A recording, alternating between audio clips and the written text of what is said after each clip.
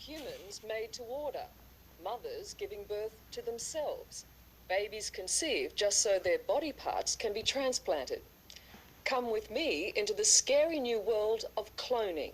The nightmarish stuff of science fiction has suddenly become a reality. The genie is out of the bottle, said scientists in Scotland earlier this year when they successfully cloned a sheep. And they weren't kidding. Using those same techniques, it's now possible to clone humans. What's more, there are doctors ready and able to do it. In the world we've all known, it's meant to happen something like this. Boy meets girl, they fall in love, and through that relationship they conceive a baby. But now there's a potential new way to create life, and it has many of us terrified. It's called human cloning. It will happen. And it will not be done for the best reasons. It will be done for all kinds of bizarre reasons, but be in no doubt that it will be done. I see it as just one more tool in the whole array of tools that we now have to help people have children. And I think that's a very, very important reason that cloning should be allowed.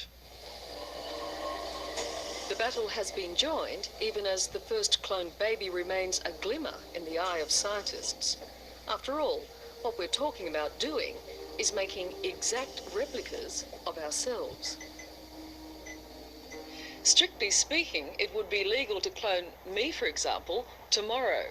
And this is the place it's most likely to happen, a leading IVF clinic outside of New York.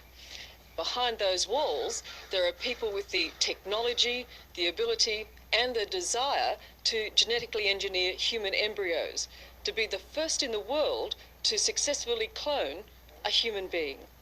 There's no doubt that human beings will be cloned. Dr. Jacques Cohen, a leader in his field, simply needs the approval of his clinic's ethics committee to make history. So if I had the money, you had the permission, you could clone me tomorrow. Well, I wouldn't say tomorrow. It will take a year or two. We could clone you probably within 2 years. What you're seeing here is an actual cloning taking place at the research facility in Scotland that pioneered the technique. In theory, it's blindingly simple. Here, it's an animal, but just as easily, you can take a cell from a human. A scraping of skin will do. Then, get an egg from a female, remove the nucleus and fuse the two with a spark of electricity. And ta-da, you have an embryo. Implant the embryo in a woman, and 9 months later, you have a carbon copy of the person from whom the skin scraping was taken. What is wrong with me cloning me for a child? I feel sorry for your child. Your child is going to grow up with a tremendous emotional baggage of having to cope with you trying to live your life out again through her. I would feel sorry for a child like that. What happens to identity? What happens to personality? What happens to teenage rebellion when you're rebelling against yourself? When a parent says, you know, I can see you take after me. This is absolutely taking after. Looking at all aspects of gene technology.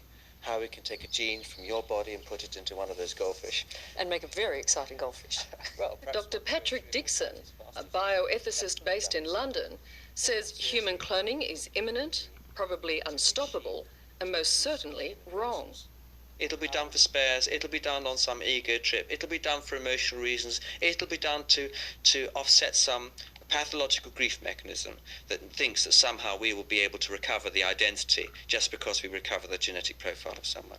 I can think of a number of cases where cloning would not just be acceptable, but the appropriate thing to do. In the race to be the first to clone a human, one of those barracking the loudest is Dr. Lee Silver, professor of molecular biology at Princeton University in America. I think that the important thing to realize is that there's nothing synthetic about cloning. We're taking, the people who will clone will be taking living cells and converting them into embryos that will become people someday. It doesn't matter how they came about? No, I don't think so. As long as the process that brought them about didn't cause any harm to them. The possibility of cloning has been around for decades. Then, in February of this year, came the living proof it could be done. A lamb called Dolly was cloned in Scotland from the breast tissue of an adult sheep. Well, this is Dolly. A sheep, but one sheep which has managed to change our understanding of how life begins forever. Little Dolly and many other species of animals cloned since, including monkeys, are powerful evidence that we humans can replicate ourselves. It's a bit like taking a cutting from a plant in the garden. And we can show you a photograph album of exactly what your child will look like on the 2nd birthday, 4th, 8th, 10th, 32nd birthday, come to that. We can show you they'll have a receding hairline at the age of 34, they'll be completely bald at 45, but a musical genius into the bargain. That's great. And there are people who would be prepared to pay hundreds of thousands of dollars for that kind of pedigree result, guarantee, especially if they can't have children of their own. I've been approached 3 times in the last months by couples who cannot produce in any other way. And that was a serious approach? Those were serious approaches, yes. There was one person who was very able in formulating that his wife, who's now about 48, and he therefore thought that it would be a good scenario to have her reproduce by cloning technology. And would it be? Well, I presume it is an application, yes, because you keep the gene pool in the family. You don't use any outside sperm or outside eggs for that couple to reproduce. So she would carry the panicine, she would carry her own identical twin. So there's seemingly already a demand. There's a demand, yes, definitely. I think people should have the right to use their own genetic material in any way that they see fit to have their own children. That's the way they've been doing it for millions of years. Now they have a few more twists on the game. They can do it in slightly different ways than they've done it before. But in this brave new world, there is a distinct and totally disturbing downside. Take a swab from the world's greatest racehorse, and presto, you have stables full of identical champions. Same genes, same temperament, same speed. Give Michael Jordan a simple blood test, sell off the cells to some sports-mad parents, and you have a whole generation of super athletes running around. Or Elle Macphersons, not lookalikes, but the real thing. I think that's inappropriate because they're using somebody else's genetic material.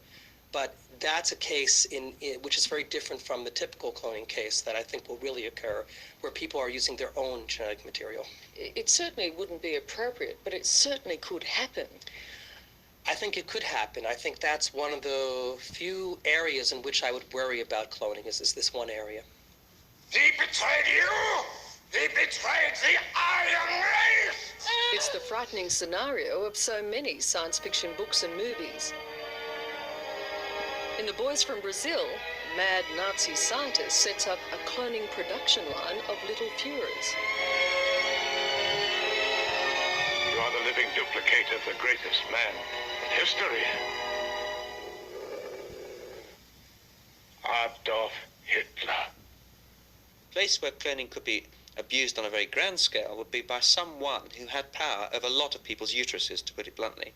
A dictator, someone in some horrible regime who wished to somehow promote himself or his own identity or his own genetic profile, had to somehow populate the earth. And such a person with today's technology and with the mentality that maybe Adolf Hitler had, or maybe someone like Saddam Hussein has today, could without doubt reproduce themselves 5,000, 10,000 or 100,000 times over. I had not moved my knee like that for a year. My knee had always had some inflammation, but it kept getting... Just as horrifying, say the critics, is the very real scenario of desperate people who are dying of diseases, growing clones of themselves just to harvest the newborn's vital organs. Human life has zero value in such a situation. Human life before birth becomes just a means of manufacturing organs. The fact is we don't have the technology to grow an individual organ in a test tube because it needs a blood supply, it needs a liver, it needs kidneys. But we can produce organs in whole people. But what happens when you don't want the whole person? In fact, the whole person will be a nuisance. Well, you just discard it like everything else we discard. And this is horrendous. Would you feel comfortable about cloning for human body parts?